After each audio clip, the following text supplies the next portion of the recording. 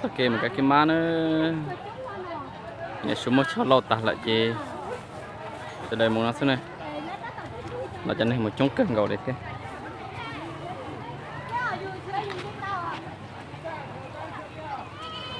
lão hà nó này vậy giờ cho thì số một lâu ta chỉ cũng này một lại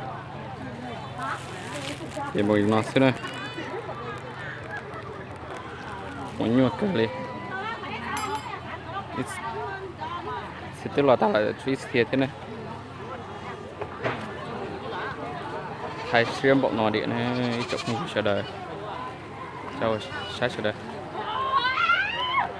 xoát xin bộ nọ rồi cho nên nhưng mà chứng cơ thì thế này vậy tôi cho nào mà tôi kể một đấy hả là lấy một chỉ cho pizza nhăn lào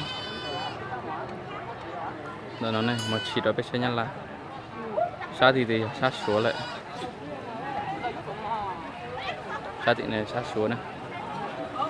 cái không sẽ suy cho nhập hạt tí thế vậy chống kia thì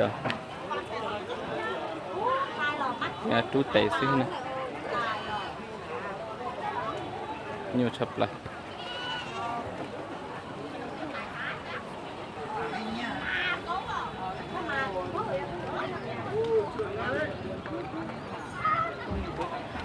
một loại nhiều cái này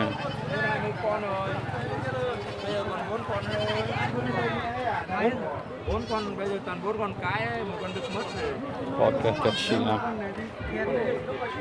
còn thì nó như cái này chỉ một cho lại cái tên tổng nào một này ạ có thể tôi trong nó này chuyên này cơ đi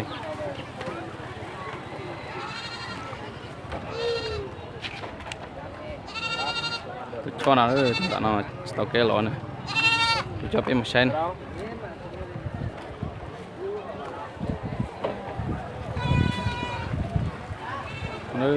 tôi cho nó tao kêu một loại này bây giờ không phải mua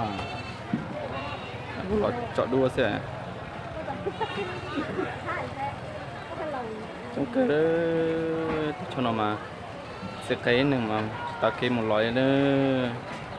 hay là mất thay tạp phát thì nó lại là do một xe xía nào nàyแล้วมาไทยตาละเจจิปุตินในหมู่เจจินนึงก็เลยไปเห็นเอาสิมาเช็คกันก่อนเลยทีnhiều chập lạiเลยจบkhôngอยู่ได้ตัวนึงวันนี้เราได้เห็นเนาะเจจิยิบเพ่งเจยิบมันก็คิดชัวร์เลยอยู่ตัวเจ็บปวดจังสินะครับมั้งเจ็บปวดที่ประสบเนี่ยnhiều chập lạiตอกเกยมือเลยจุ้งsángเลยวิจัยกูหลดเราพัวเป็นเอาหล่อสินะอย่าพัวเป็นขาวๆจะจุ้งเป็นลาพัดติสินะตอกเกยหล่อเลยมองไป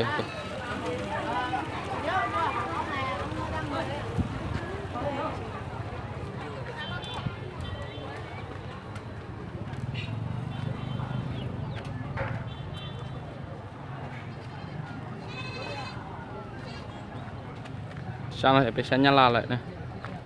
tôi một con giờ mũi nó đi nó nè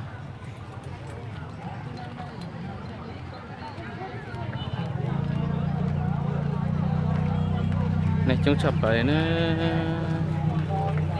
sẽ đây sao bị sáng nhá la nữa trong cái kia thì chúng ta yêu thật say đắm. Áo Thu Nam đây, hàng thanh lý công ty nay đem ra bán sổ có 25.000 một áo. Hàng cao cấp 101, 120 nay chỉ có 25.000. chuyện cái nữa. Hàng lớn trăm nay bán có 25.000. Sakusa aku tak perlu sih. Susi nên chỗ này. Sao ngại thêm thế à? Oh, kita cuma đây lần này nè, cho tôm hỏng. Chế này. Ok ơi.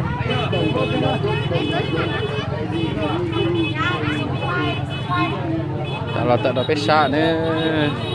Pizza chúng bọc nó để nơi chụp hình sẽ đời.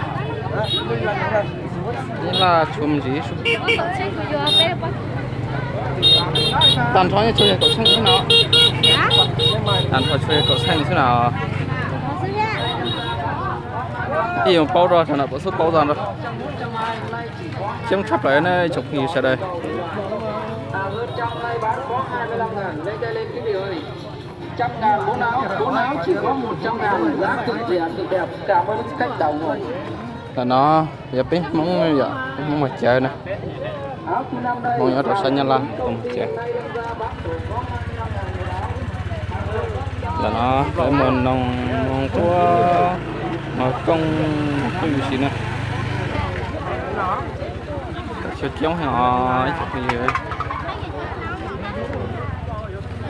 mua liền một xùa là nó nè dí một thế này rồi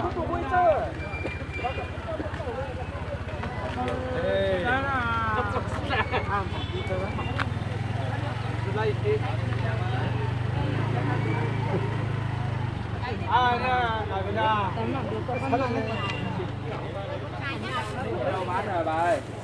đây. bán rồi à 18 triệu hơn ông già kia bắt vào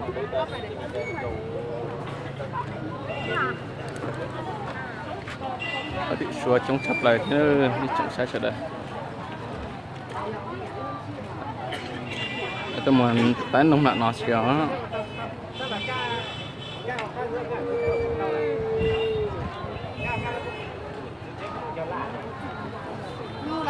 mời rau một số dạng nữa chè từ chè rau cắt trầu cốt xo xíu xí nữa chè nữa mà gì mua xí nữa này rồi sẽ biết sao là chống cây mát xin đông xí cổ mát xí cộng đông xí nữa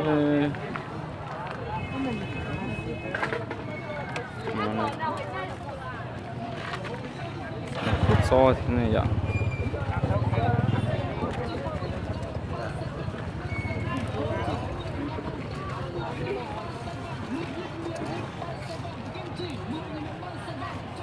chặt nha xuống này ạ chặt được xuống lên lại có qua đại phim sai không muốn nó trông sập lại nó kia nó trả xuống